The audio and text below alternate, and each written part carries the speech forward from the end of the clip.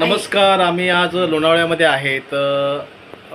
फासी मम्मी यांच्याकडे आलेलो आहोत आणि ते नगराध्यक्ष आहेत आपल्या लोणावळ्याच्या. मॅडम, आपलं स्वागत आहे.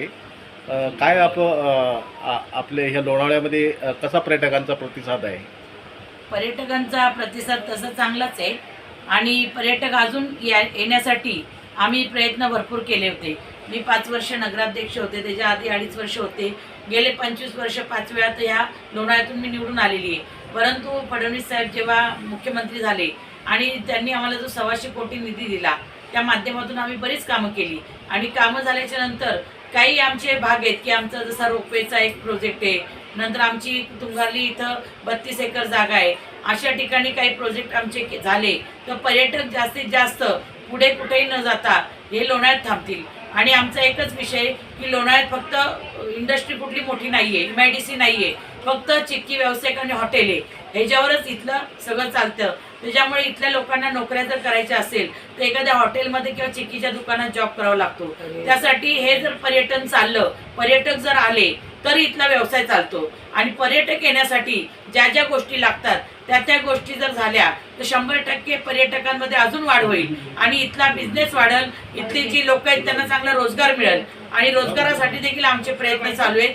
आणि तसंच आम्ही शासनाला विनंती केलेली आहे की आमचे काय आता इथं स्कायवॉक होणार आहे. स्कायवॉक जर झाला तर त्यामध्ये देखील अजून भर पडणार आहे. जास्तीत जास्त मोठ्या प्रमाणामध्ये लोक या ठिकाणी येणार आहेत. थोडा वेळ जाईल त्याला, परंतु 100% लोणावळे पर्यटन ठिकाणी आणि हे वाढलं गेलं पाहिजे. या ठिकाणी लोक आली पाहिजे. आज या ठिकाणी मोठे मोठे हॉटेल झालेले, हॉटेल बघा आता फन हॉटेल झालेले, रेडिसन हॉटेल, रिजेंटा हॉटेल, फरियाद हॉटेल, नवीन एक तुम्ही घाट चढून आले की तिथं एक नवीन हॉटेल झालेले. असे मोठमोठे हॉटेल या लोणावळा शहरामध्ये, छोटे देखील हॉटेल आहे आणि ते हॉटेल भरले गेले पाहिजे. आता या ठिकाणी लोक बरेच येतात, भाड्याने काही बंगले घेऊन राहतात, एन्जॉय करतात. आज कोरोना काळामध्ये देखील मोठ्या प्रमाणात या ठिकाणी लोक आली होती आणि कोरोनामध्ये ही जागा म्हणजे सुरक्षित जागा अशी लोकांना वाटली, कारण या ठिकाणचा जो ऑक्सिजन वगैरे इथलं जे वातावरण होतं अतिशय चांगलं होतं. आणि अजूनही तसं वातावरण आम्हाला ठेवायचं आहे आणि पर्यटकांची संख्या वाढली पाहिजे. लोकांना वाटतं मिसिंग लिंक झाल्यामुळे लोक इथे येणार नाही, परंतु ज्याला पुण्याला जायचंय तो डायरेक्ट जाईल, परंतु ज्याला लोणावळ्यात यायचंय तो 100% लोणावळ्यात येणार. आणि उलट लोणावळ्याची गर्दी व्हायची आणि ट्रॅफिक जॅम व्हायची ती होणार नाही. त्याचा परिणाम जो व्हायचा पर्यटकांवर तो होणार नाही आणि आवडीने लोक या ठिकाणी येतील अशी माझी तरी खात्री आणि अपेक्षा आहे. महाराष्ट्र सरकार आणि केंद्राकडून लोणावळ्यासाठी काय अपेक्षा किंवा असं काय वेगळं असं काय मागणी आहे का? लोणावळ्यासाठी इथं पर्यटनासाठी काहीतरी अम्युजमेंट पार्क किंवा असं थीम काहीतरी व्हायला पाहिजे, जेणेकरून जे आकर्षण लोणावळ्याचं वाढेल. आणि जे लोणावळ्याचं आकर्षण वाढलं तर लोक या ठिकाणी येणार आहे. आणि केंद्र सरकार, महाराष्ट्र गव्हर्नमेंट, आता जे ब्रिजच्या आमच्या समस्या होत्या की बाजारात गेलं की त्या ठिकाणी इकडे यायचं म्हटल्यावर एक ब्रिज लागतो, नांगरगाव भांगरवाडी, तर त्याचं देखील मी नगराध्यक्ष असताना आम्ही भूमिपूजन केलं. त्या हे बघा कामाला सुरुवात केल्यामुळे अडचणी कळल्या आणि अडचणी सोडवत बऱ्यापैकी तिथं पिल्लर उभे राहिलेत आणि थोड्याच दिवसात तोही ब्रिज मार्गी लागणार आहे. त्याला देखील आमच्या महाराष्ट्र सरकारने 10 कोटी निधी दिलेला आहे. आमचा एक डम्पिंग ग्राउंड आहे. आमचा कचरा, त्यावेळेस जागोजागी कचरा कुंड्या होत्या, परंतु मी नगराध्यक्ष झाल्याच्या नंतर त्या कुंड्या आम्ही काढल्या आणि कुंडीमुक्त शहर केलं. कुंडीमुक्त शहर झाल्याच्या नंतर त्याला नामांकन मिळालं. नंतर इथं एक ऍक्टर आहे आपल्या आयशा जुलका, त्यांनी जागोजागी डॉग फीडर बसवले होते. आजही त्या घरात म्हणजे जेवण करतात आणि त्यांनी मुलं ठेवलेली आहे. जॅकी श्रॉफ यांनी आम्हाला एक व्हॅन दिली होती, ती व्हॅनमध्ये घेऊन जाऊन त्या कुत्र्यांना, भटक्या कुत्र्यांना ते जेवण घालतात, जेणेकरून त्याला खायला मिळालं तर ते शांत असतात. जर पोट भरल्यानंतर कोणालाही चावा घेईल. अशा पद्धतीने या ठिकाणी आम्ही काम करतो आणि जे आम्ही डॉग फीडर बसवले त्याला देखील आम्हाला नामांकन मिळालं होतं. अशी वेगवेगळ्या गोष्टी आम्ही 5 वर्षांमध्ये केल्या आणि त्या लोकांनी देखील, नागरिकांनी, लोणावळेकरांनी मला खूप साथ दिली. कचरा कुंडी मुक्त करणं ही फार मोठी गोष्ट होती, कारण लोकांना एक सवय लागली होती, बाजारात गेले की टाक पिशवी कुंडीत, कुठं बाई आली पिशवी हातात घेऊन येणार टाक रस्त्यावर, पण ते सगळं बंद आलं. त्यावेळेस मी रांगोळ्या घातल्या, 5 वाजता जाऊन 6 वाजता जाऊन उभी राहायची. एखादा माणूस जर कचरा टाकला तर मी त्याला पकडायची, त्याला फाईन घ्यायची 500 रुपये. 500 रुपये नाही तर मोबाईल ठेवून जा. म्हणजे असं खूप परिश्रम घेतले, खूप कष्ट घेतले. त्याच्यामुळे आजही आमचं लोणावळेकरांचं सगळ्यांचं प्रेम आहे लोणावळ्यावर की लोणावळा स्वच्छ, सुंदर आणि चांगला झाला पाहिजे, चांगला राहिला पाहिजे. येणाऱ्या पर्यटकांना देखील आम्ही आव्हान केलं होतं की या इथल्या निसर्गाचा आनंद घ्या, पण लोणावळा घाण करून जाऊ नका, लोणावळा स्वच्छ ठेवा. जसं आमचं तुंगारली डॅम आहे, तुंगारली डॅमचं जर आम्ही बोटिंग सुरू केलं तर दुसरं वेण्णा लेक सारखं त्यात देखील आम्हाला उत्पन्न मिळेल आणि आम्ही नक्कीच पुढच्या भविष्य काळामध्ये तो नक्कीच करू. कारण वेण्णा लेकला एवढे पर्यटक असतात बोटिंगमुळं. तसंच आमचं तुंगारली डॅमला जिथं आमची 32 एकर जागा आहे त्या जागेमध्ये जर आम्ही काही केलं तर त्या बोटिंगचा देखील आम्हाला फायदा होणार आहे आणि आमच्या उत्पन्नामध्ये भर पडणार आहे. या शहरामध्ये 2 तळी आहे स्वतःच्या मालकीची, एक खंडाळा तलाव आहे, एक वलवंत तलाव आहे. खंडाळा तलावमध्ये मी नगराध्यक्ष असताना त्या ठिकाणी आम्ही बोटिंग सुरू केलंय आणि त्या ठिकाणी पर्यटक मोठ्या संख्येने असतात. म्हणजे लोकांना एक लोणावळ्याची क्रेज आहे, लोणावळ्याची आवड आहे आणि मोठे मोठे चांगले चांगले सिनेमाची शूटिंग ह्या लोणावळ्यात झालेले आहेत. अनेक कलाकारांचे बंगले या लोणावळा शहरामध्ये, उदाहरणार्थ दिग्गज कलाकार स्वर्गीय धर्मेंद्रजी यांचा बंगला इथे, तनुजा त्यांचं तर म्हणजे इथं माहेरच होतं, शोभना समर्थ त्यांच्या आई, त्यांचा परिवार इथं वास्तव्यात होता. अनेक मोठे मोठे राकेश रोशन असेल, नंतर आयशा जुल्का असेल, बिंदू असेल, त्यांचा देखील या ठिकाणी बंगला आहे. गोगा कपूर असेल, नीलम कोठारी, असे अनेक दिग्गजांचे या लोणावळा शहरामध्ये बंगले आहेत. कारण त्या काळामध्ये म्हणजे मोठ्या मोठ्या पिक्चरचे शूटिंग जसे की आराधना असेल, नंतर हिंदी पिक्चर बरेच पिक्चरचं कटीपतंग असेल, डोली पिक्चर असेल, रामलखन असेल, या सगळ्या पिक्चरची शूटिंग या लोणावळा शहरात झालेली आहे. त्याच्यामुळे हे ऐतिहासिक शहर आहे आणि एक निसर्गरम्य असं शहर आहे आणि असंच सुंदर राहावं त्यासाठी जरूर आम्ही प्रयत्न करू. कारण आम्हाला लोणावळा हे वाचवायलाच लागणार आहे. कारण लोणावळा हे पर्यटन ठिकाण म्हणून आहे. एवढंच की लोणावळा हिल स्टेशन म्हणतो आपण, पण हिल स्टेशन हे फक्त नकाशावर आहे. जसं की माथेरान आणि महाबळेश्वर आहे तसं आमचं नाहीये. ते कशी गिरिस्थान नगरपालिका आहे, माथेरान गिरिस्थान आहे, नंतर महाबळेश्वर गिरिस्थान आहे, तशी आमची गिरिस्थान नाहीये. आमचं फक्त हिल स्टेशन म्हणून ओळखलं जातं आणि तो दर्जा त्याला दिला गेलेला आहे.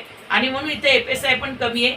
त्याच्यामुळे आपल्याला मोठ्या मोठ्या इमारती इथं बांधता येत नाही आणि ते बांधू पण नाही. तर इथलं सगळं जे क्लायमेट आहे ते सगळं म्हणजे नष्ट होऊन जाईल आणि पर्यटकांचा त्याच्यावर परिणाम होईल. आता दुसरं एक मॅडम असं आहे की पर्यटक येतात पण इथली जी वाहतूक आहे त्या वाहतुकीला कंटाळून जातात, तर त्यावरती काय असं तिथं आता रस्ता रुंदीकरणाचं काम लवकर होणार आहे. जो आता आपण बघतो एवनचिकी कुमारचा जो चौक आहे त्या ठिकाणीच नेमकी गर्दी झालेली असते. त्याच्या पुढे जर तुम्ही आलात, आता हे महाराजा हॉटेल आहे, हे पुढचे हॉटेल आहे, तर त्या ठिकाणी गर्दी नसते, परंतु तेवढ्या ह्याच्यातच ती गर्दी जास्त असते. पण ते आता त्याचं रुंदीकरण होणार आहे आणि त्याचं रुंदीकरण झाल्याच्या नंतर मला वाटतं ही समस्या सुटून जाईल आणि लोकांना एक चांगला श्वास घ्यायला जागा मिळेल. तुम्ही सरकारला काय अपेक्षा, सरकारकडून अपेक्षा व्यक्त करता आणि महाराष्ट्राच्या जनतेकडून, देशातल्या जनतेकडून काय अपेक्षा व्यक्त करता की लोणावळ्यासाठी? महाराष्ट्राच्या जनतेकडून नाही, लोणावळ्याच्या जनतेकडून अपेक्षा आहे की सरकार केंद्रात पण आमचं आहे, महाराष्ट्रात पण आमचे मुख्यमंत्री आहे आणि 100% मुख्यमंत्र्यांचं देखील या लोणावळा शहरावर लक्ष आहे आणि तसेच मोदी साहेबांचं देखील हे चांगलं एक आवडतं ठिकाण आहे. आणि फडणवीस साहेबांमुळे आज जो आम्हाला एक आम्ही कामाचा उच्चांक गाठला, फडणवीस साहेबांनी जे आम्हाला, मला वाटतं मी 25 वर्ष या सभागृहात आहे, परंतु एवढा मोठा निधी आम्हाला कधी मिळाला नव्हता. तेवढा निधी आम्हाला महाराष्ट्र राज्याचे मुख्यमंत्री देवेंद्रजी फडणवीस यांनी दिला आणि त्याच्यामुळे लोणावळ्याचा आम्ही कायापालट करू शकलो आणि हे दाखवून दिलं आम्ही की निधी आल्याच्या नंतर काय होतं. आज 32 कोटीची योजना असेल, डम्पिंग ग्राउंड असेल, रेल्वे ब्रिज असेल, रस्ते असतील, स्वच्छ भारतमध्ये आम्हाला बरंच म्हणजे हे बक्षीस मिळालेलं आहे जवळजवळ 55 ते 60 कोटीचं. त्याच्या माध्यमातून देखील आम्ही काम करतो. या ठिकाणी मोठे मोठे नाले आहेत त्याच्यावर देखील आम्ही काम केलेलं आहे. म्हणजे अनेक गोष्टी आहेत. आता तुम्ही पूर्ण लोणावळा शहरात रात्रीचे फिरले तर कुठेही तुम्हाला अंधार दिसणार नाही, एवढे लाईटचे पोल आम्ही लावले. एक मॅडम आताची एक घटना घडली, एक अपघाताची घटना घडली आणि 4 तास ती मुलगी पडून होती वगैरे, तर ह्या संदर्भात आपण संवेदनशीलता लोकांमध्ये हरवली का, पोलिसांची हरवली का, आपली काय प्रतिक्रिया आहे? पोलिसांनी थोडं लवकर यायला पाहिजे होतं आणि तो जरा आउटसाईड आहे, म्हणजे तो लोणावळा हद्दीमध्ये येत नाही तो भाग ग्रामीणमध्ये येतो. जे आपण पवना डॅमकडे जातो तर तो रस्ता आहे. त्या रस्त्याला आता नेहमीच कोंडी होते कारण पवना डॅमला जाणारे पर्यटक जास्त वाढलेत आता. आणि त्या ठिकाणी काय आलं, वाळू सगळी पसरलेली होती, खडी होती आणि ती गाडी स्किड झाली. गाडी स्किड झाल्याच्या नंतर ती मुलगी पडली आणि तिच्यावरून जो ट्रक गेला. अतिशय दुर्दैवी घटना आहे कारण त्या महिलेला जवळचीच आहे, तिला 2 मुलं आहेत छोटी, 6वीला मुलं आहेत, दोन्ही जुळी मुलं आहेत, एक मुलगा आणि मुलगी. म्हणजे असं होऊ नये. आणि ती मुलगी 2 तास, तिचा भाऊ 3 तास त्या मांडीवर घेऊन तसंच बसला होता. मग तिथे काही एक मठ आहे तिथं स्वामीजींचा, तिथले महिला आल्या, त्यांनी बऱ्याच वेळा प्रयत्न केले. तेव्हा कुठंतरी ती गाडी आली आणि त्यांना इथं परमार हॉस्पिटलमध्ये आणलं. नंतर त्यांना पोस्टमॉर्टमला नेलं. ह्या होत्या जाधव मॅडम, माजी नगराध्यक्ष लोणावळ्याच्या. हां, मम्मींबद्दल जरा काय माहिती द्या. मम्मींबद्दल म्हणजे आता काय सगळे महाराष्ट्रात ओळखतात, कारण मम्मीचं नाव इतकं फेमस आहे जेवणाच्या बाबतीत की लोक इथं आल्याशिवाय मम्मीचं 5 स्टारमध्ये राहतात 5 स्टारमध्ये, पण जेवायला इथे येतात. राहतात फरियादला, परंतु जेवायला इथं येतात. असा मम्मीचा अनुभव. आणि इथं सगळे कलाकार, मला वाटतं एकही कलाकार या ठिकाणी आला नाही असं नाही. पारवी शांताराम, शशिकला, नंतर आशा पारेख, वैदा रेहमान असे दिग्गज कलाकार या मम्मीच्या इथं. आशा भोसले, कोरोना काळात आशा भोसले या ठिकाणी आल्या. त्यांनी स्वतः किचनमध्ये भाजी वगैरे केली. नंतर कोरोनामध्ये त्या इथं राहिल्या. त्यानंतर त्यांनी काही सामान घेऊन यायचं, त्या आल्या नव्हत्या. मग त्यांनी मम्मीकडून सामान बरंचसं नेलं. आणि मम्मीनी चांगली मैत्री झाली होती दोघींचे फोनवर कॉन्टॅक्ट व्हायचे. आणि असे अनेक प्रसंग आहेत. आता इथं जे आमचे क्रिकेटर आहेत, आपले हे सचिन तेंडुलकर पुरणपोळी शिवाय जातच नाही. कधी पण आले की मम्मीला ऑर्डर करणार, मला पुरणपोळी पाहिजे. म्हणजे सचिन तेंडुलकर मोठे गावस्कर, सुनील गावस्कर, अनेक क्रिकेटर देखील या ठिकाणी येऊन गेलेले आहेत. आणि आम्हाला एक अभिमान आहे की या वास्तूमध्ये अनेक कलाकार येतात. आणि कलाकार म्हणजे आपण बसलोय जागा बघा किती साधी आहे. इथं काही महल नाहीये, रेस्टॉरंट पण साधं आहे, परंतु त्या जेवणाला जी रुची आहे. मम्मीचा जो किचन आहे, किचन बघून लोक या ठिकाणी येतात. कारण जो किचन मध्ये जी व्यवस्था तुम्ही पाहिली तर व्हेज आणि नॉनव्हेज वेगळे. या ठिकाणी जैन लोक देखील जेवतात आणि नॉनव्हेजवाले पण जेवतात, परंतु मसाल्याचे डबे वेगळे आहेत, सगळं काही वेगळं आहे, भांडी वेगळी आहे. आजही तुम्ही किचन मध्ये जाऊन बघा, मम्मीच्या कड्या इतक्या चकाचक, ज्या घरच्या पण नसतील. तर त्याच्यामुळे लोकांना एक स्वच्छता आवडते आणि तिथलं वातावरण चांगले, घरचे मसाले, कुठलाही कलर नाही जेवणामध्ये. म्हणजे अशा पद्धतीचं जेवण असल्यामुळे आज हे मम्मीज होमली फूड, आता मम्मीच्या आईची खानावळ असं केले, कारण मम्मीच्या नावाने अनेक जण टाकायला लागलेत रेस्टॉरंट की मम्मीज होमली फूड. त्याच्यामुळे आता आईचं नाव दिलेले. त्याच्यामुळे शैलाताई फासे म्हटलं की सगळे लोक ओळखतात, सगळे लोक आवडीने या ठिकाणी जेवायला येतात.